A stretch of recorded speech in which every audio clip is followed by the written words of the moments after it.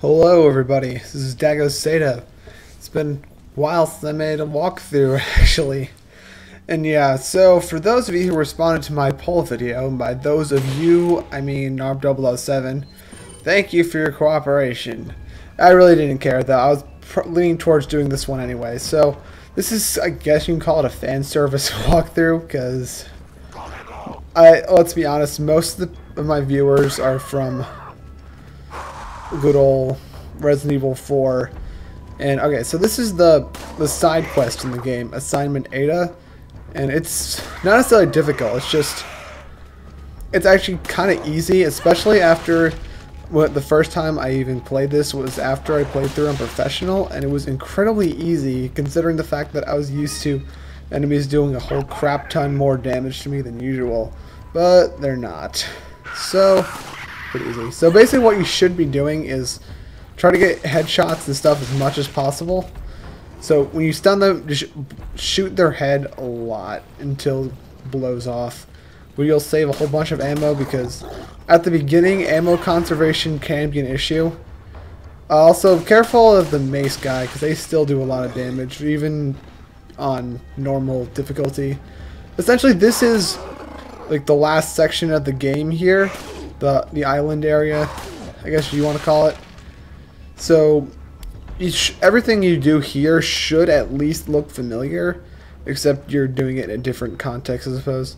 I should probably point this out now. What we're looking for is Plagas samples, and I'm not going to spoil why until the last video, I guess. But yeah, we need to collect 5 Plagas samples, and the annoying thing is they actually take up some space in your inventory. Alright. So yeah, make sure you pick up whatever yellow herbs you can, because obviously your health is limited at the start and you're going to want it to be as high as possible. Well, if you're good, you shouldn't really get hit at all, but whatever.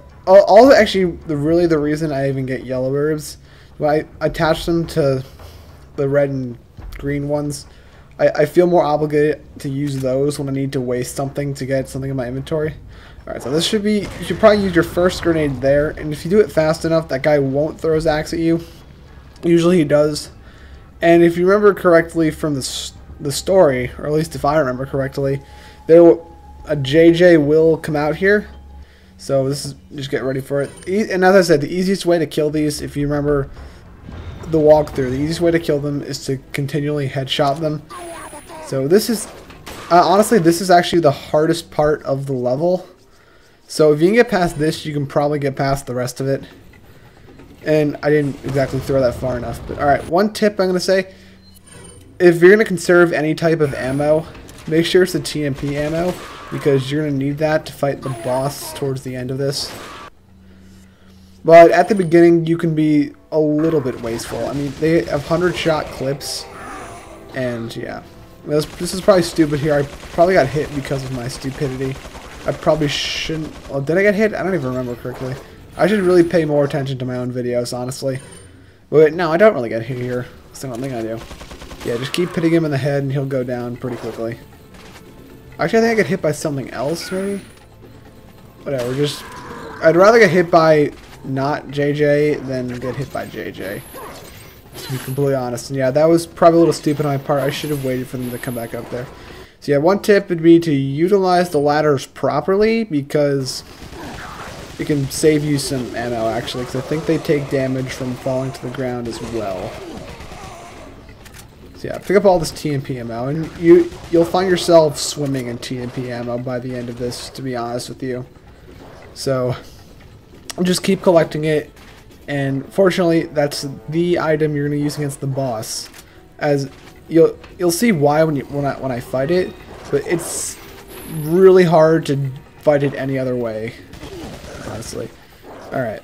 You know, if any of you, I don't know how I didn't get hit there. If any of you have actually listened to my commentary before, I've noticed I have this really bad habit of saying honestly or frankly to facts. So basically I apologize for saying the truth or something like that. I really don't know why I do that. Yeah, okay. So what I'm going to say is this part is probably the most flawed part of any of this whole walkthrough, I guess you want to call it. Yeah, because what I do here is, normally what I do when I'm killing the head bursters, like the tentacle monsters that come out of their head, usually what I would do is just use the rifle, but I'm thinking, oh, I need to save my ammo for later, which I really had more than enough ammo by the end of this, to be completely honest. Ugh, said it again. Yeah, I'm gonna point it out to myself every single time I do that. Yeah, but if this thing does die, just keep shooting it, it'll come off. And I'm probably just wasting a whole bunch of time here, but whatever. Yeah, so you can have tons of fun watching this thing keep falling over, but be careful because that thing, never underestimate its range because you'll always be disappointed and cry because of it.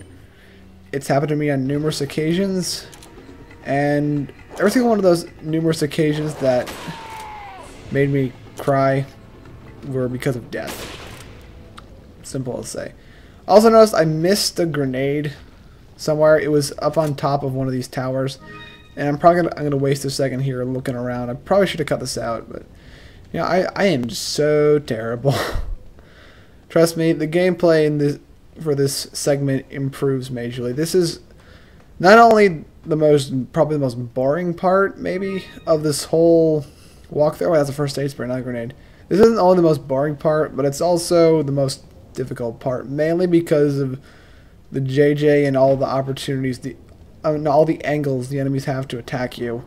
In most of the other parts, you're in relatively closed areas, so you can see where everything is coming from. So yeah, just make sure you grab all the ammo, because towards the beginning you're going to find yourself using the handgun a lot, and then towards the end you'll kind of be using mostly everything. Honestly, you know, I think I'm going to start putting up an actual counter, like something that was going to appear on the screen. It's going to make a little check mark appears for every honestly, frankly, I say. Actually, that'd be pretty funny to see how many would end up on the screen. It's probably going to be a really large number. Alright, so yeah, right here I'm still being cautious, and I'm just collecting more yellow herbs, and I'm usually by this point I'm getting really annoyed, thinking, oh, where's the red herbs? Even though red herbs do come up, worry not. Yeah, so also, please try to organize your inventory from the start. It'll make your life so much easier in the long run. I wasn't organizing my inventory thinking, oh, I can save time. But, yeah. Another thing you might notice that this run, they were not being particularly generous with enemies dropping ammo. Like, by the end they are, but by that point I don't really care anymore. Which is pretty bothersome, I suppose you could say. Yeah. Bothersome is a word I tend to use far too much. Alright, another thing I want to say, another thing I support using the TMP for is if the enemies have a riot shield, any other gun you're going to be wasting a whole crap ton of ammo just trying to kill it. So if there's a bunch of there's a bunch of these riot shield guys, then throw a grenade, but if there's only one of them, then just use the TMP. It's easy as that. Alright. So, we're going to move on to the next area, and I will see you guys all next video. Yeah, there's not really much going on here except me collecting this red herb. Alright guys, see you next video. Next video, I'll probably be eating lunch while commentating. Alright, see you guys.